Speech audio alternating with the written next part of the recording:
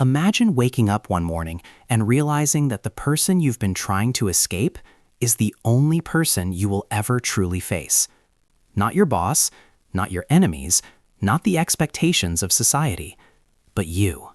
Your thoughts, your fears, your quiet, hidden truths that whisper to you in the silence. At first, the idea sounds simple, almost harmless. After all, people talk endlessly about finding themselves, as if the self were some lost object waiting patiently to be discovered under the couch cushions of life. But what if the real problem isn't that you haven't found yourself? What if the real problem is that you've been running from yourself your entire life? Think about it. How many times have you filled your days with noise just to avoid silence? How often have you chased distractions, your phone, work, relationships, entertainment, anything that keeps you from sitting alone with your own thoughts? Because something strange happens in those quiet moments. When the noise disappears, something begins to surface. Questions. Uncomfortable ones. Questions like, am I really living the life I want, or the life I was taught to want? Do I actually know who I am beneath all these roles and expectations? Why do I feel restless, even when everything seems fine? Most people sense these questions rising inside them at some point in their lives, and almost immediately, they do something instinctive. They run. Not physically, but psychologically. They bury themselves in productivity. They scroll endlessly through social media. They chase validation from strangers. They numb themselves with pleasure, distractions, or constant stimulation. Because facing the truth about yourself can feel like standing at the edge of a psychological cliff. What if you don't like what you find? What if the person you've been presenting to the world, the confident one, the successful one, the happy one, is only a carefully constructed mask, and beneath it lies something you've been trying very hard not to see? Your doubts, your contradictions, your unresolved pain, the strange desires you don't talk about, the quiet voice that says, this isn't the life you were meant to live. So instead of listening, you keep moving, you keep running. But here's the strange paradox. The harder you try to escape yourself, the more your life begins to feel empty. Achievements lose their meaning. Pleasure becomes dull. Even moments that should feel joyful carry a strange weight, as if something important is missing. And deep down, you know exactly what that something is. It's the part of you that you abandoned long ago. The honest part. The curious part. The part that once asked dangerous questions before the world taught you to suppress them. But suppressing something doesn't destroy it. It only sends it underground. And underground things grow in strange ways. They show up as anxiety you can't explain, as anger that feels disproportionate, as a constant sense that something in your life is slightly misaligned, like a compass pointing in the wrong direction. Psychologists have long noticed this pattern. People think their problems come from the outside, from work stress, relationship conflicts, financial pressure. But sometimes those problems are only symptoms. The real conflict lies somewhere deeper, inside the silent war between the person you are and the person you pretend to be. And the tragedy is that most people will spend their entire lives avoiding this confrontation. They will distract themselves until the very end, because facing yourself requires something terrifying. It requires radical honesty. The kind of honesty that strips away comforting illusions. The kind that forces you to ask questions like, what if my fears have been shaping my life more than my desires? What if the path I'm on isn't truly mine? What if the person I've been trying so hard to become was never who I actually am? These questions are dangerous, not because they are wrong, but because they are powerful. They threaten the fragile story you've been telling yourself about your life. And once that story begins to crack, everything changes. But here is the most unsettling realization of all.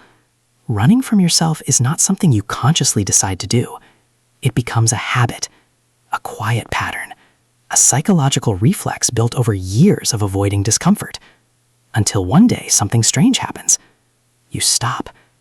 Maybe it happens during a sleepless night, or a moment of unexpected silence, or a sudden realization that everything you've been chasing still hasn't brought you peace. And for the first time, you don't run. You stay. You listen. You look inward. And that is the moment everything begins to change. Because the day you stop running from yourself is the day you begin to meet the person you've been avoiding your entire life. But this raises a deeper and more unsettling question. Why were you running in the first place? What hidden forces inside the human mind make self-avoidance feel safer than self-discovery? And why does modern life seem almost perfectly designed to help us escape ourselves? That is where the real story begins. The instinct to run from yourself is not a personal failure. It is something far older, very deep within the architecture of the human mind. From the outside, life appears to be a search for happiness, success, or meaning. But beneath that surface lies another, quieter force guiding human behavior, the instinct to avoid psychological pain. Your mind is not designed primarily to reveal truth. It is designed to protect you. And sometimes protection requires deception. This is why people can spend years believing stories about themselves that are only partially true.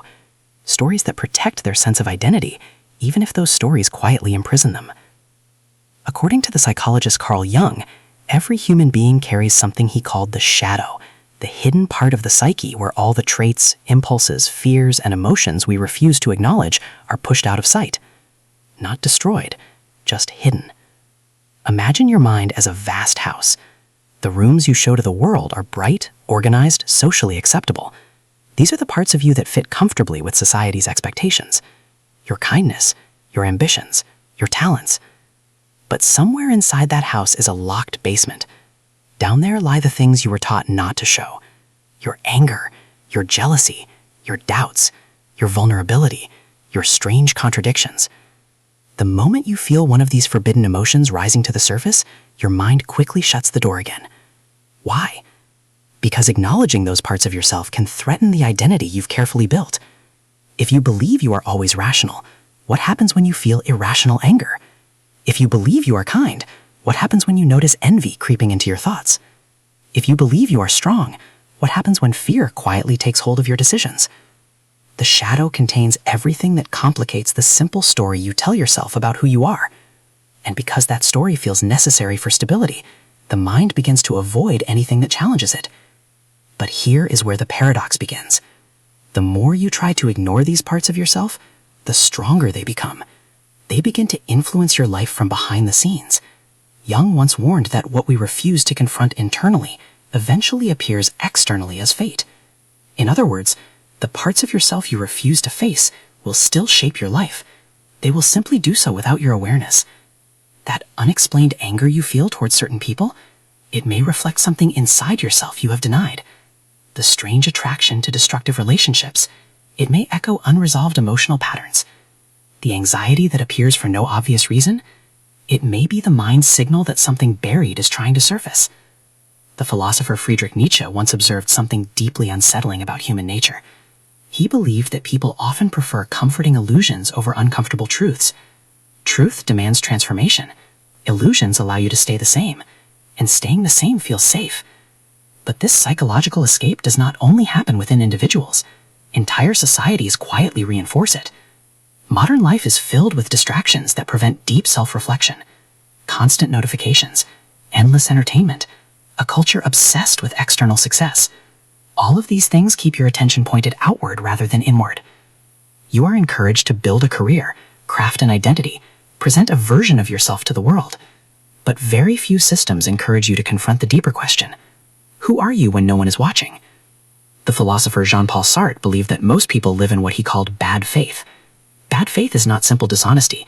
It is something subtler. It is the act of hiding from your own freedom. Because once you fully confront yourself, you realize something terrifying. You are not simply the product of your past. You are also responsible for the choices that shape your future. And responsibility is heavy, much heavier than most people realize. Blaming circumstances is easier. Blaming other people is easier. Blaming society is easier. But acknowledging your own role in the direction of your life requires courage. That is why many people unconsciously construct elaborate psychological defenses to protect themselves from this realization. Denial, projection, rationalization. Each one acts like a shield between you and uncomfortable truths. And over time, those shields become part of your personality. The tragedy is that a life built on avoidance can still look successful from the outside. You might have achievements, relationships, recognition, yet something inside continues to feel unsettled. Because beneath all the accomplishments lies a silent question you have never fully answered. Is this really me? Or is this simply the person I learned to become? The Austrian psychologist Viktor Frankl once wrote that the deepest human drive is not pleasure or power. It is meaning. But meaning cannot be found while running from yourself, because meaning requires alignment between your inner world and your outer life. And if parts of your psyche remain hidden, suppressed, or denied, that alignment becomes impossible. This is why people often reach a strange moment in their lives, when everything that once motivated them suddenly feels hollow. Success no longer excites them. Validation feels empty. The goals they once pursued begin to feel strangely foreign. It is not because their life has failed. It is because something deeper inside them has begun to wake up. A quiet awareness that the